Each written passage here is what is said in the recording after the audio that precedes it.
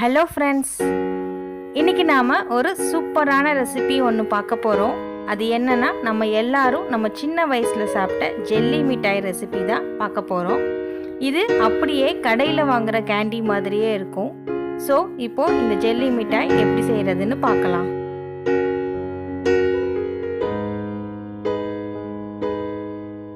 இந்த ஜெல்லி மிட்டாயை நான் 3 ஃப்ளேவரில் செய்ய போகிறேன். ஸோ நான் 3 பாக்ஸஸ் எடுத்து வச்சுருக்கேன். உங்களுக்கு எத்தனை ஃப்ளேவரில் வேணுமோ அத்தனை பாக்ஸஸ் எடுத்து வச்சுக்கோங்க. அப்புறம் அதை லைட்டாக ஆயில் தடவி கிரீஸ் பண்ணி வச்சுக்கோங்க.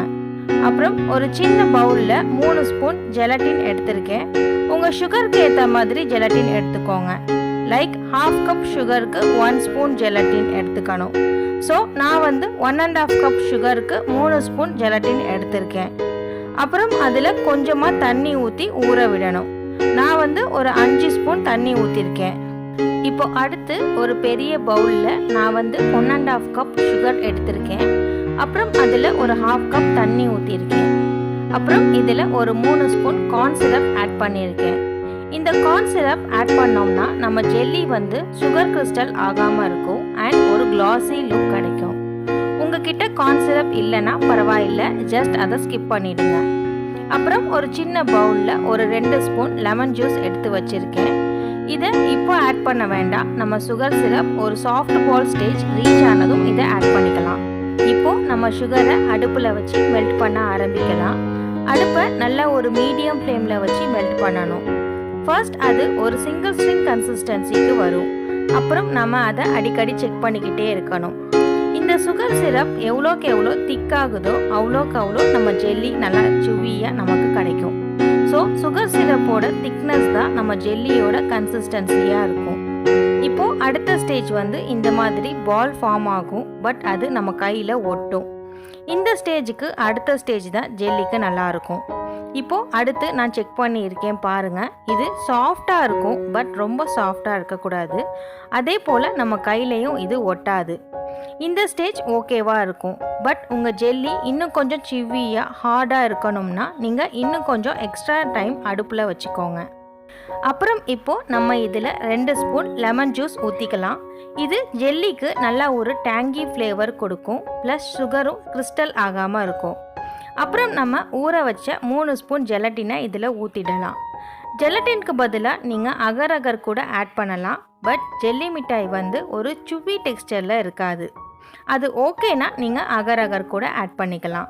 இப்போது இதை எல்லாத்தையும் நல்லா மிக்ஸ் பண்ணிக்கிட்டே இருங்க. அந்த ஜெலட்டின் நல்லா கரைஞ்சி அந்த சுகர் சிரப்போடு நல்லா பிளெண்ட் ஆகணும். அண்ட் அதை நல்லா மிக்ஸ் பண்ணிக்கிட்டே இருங்க. அடுப்பை லோ ஃப்ளேமில் வச்சு மிக்ஸ் பண்ணிக்கிட்டே இருங்க. ஜெலட்டின் நல்லா கரைஞ்சதும் அடுப்பை ஆஃப் பண்ணிடலாம். பாருங்கள், நம்ம சுகர் சிரப் இப்படி தூக்கி ஊற்றுனா அது அப்படியே ஒரு த்ரெட் ஃபார்ம் ஆகி விடும். இந்த ஸ்டேஜ் கரெக்டாக இருக்கும்.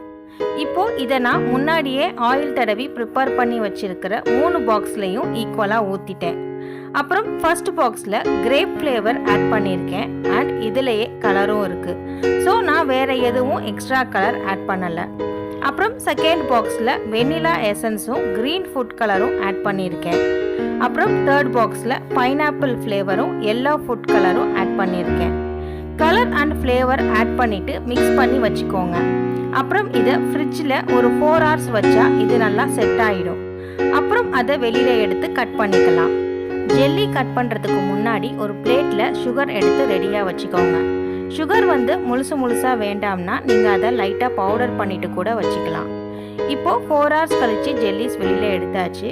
ஒரு நைஃப் வச்சு கார்னர் ஃபுல்லாக ரிலீஸ் பண்ணிக்கோங்க. அப்புறம் ஒரு சாப்பிங் போர்டில் வச்சு கட் பண்ணிக்கலாம்.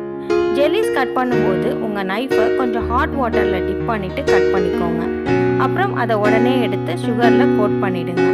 இப்படி எல்லாத்தையும் செஞ்சுட்டு அதை கொஞ்ச நேரம் லைக் ஒரு 15 minutes போல் வெளியில் வச்சு காய விடுங்க. ஸோ தட் அந்த சுகர் எல்லாம் நல்லா ட்ரை ஆகிடும்.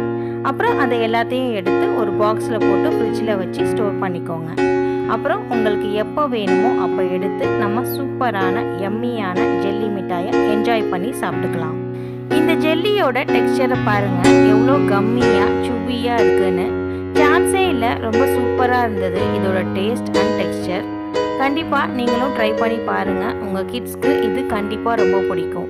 அப்புறம் இதை அவங்க உங்களை அடிக்கடி செஞ்சு கொடுக்க சொல்லுவாங்க. இந்த வீடியோ வீடியோ உங்களுக்கு பிடிச்சிருந்தா லைக் பண்ணுங்கள், உங்கள் ஃப்ரெண்ட்ஸ் அண்ட் ஃபேமிலி கூட ஷேர் பண்ணுங்கள் அண்ட் மறக்காமல் என்னோட சேனலை சப்ஸ்கிரைப் பண்ணுங்கள். அப்படியே பக்கத்தில் இருக்கிற பெல் ஐக்கானையும் கிளிக் பண்ணிக்கோங்க. அப்போ தான் என்னோட நியூ வீடியோ நோட்டிஃபிகேஷன்ஸ் உங்களுக்கு உடனே கிடைக்கும். தேங்க்யூ.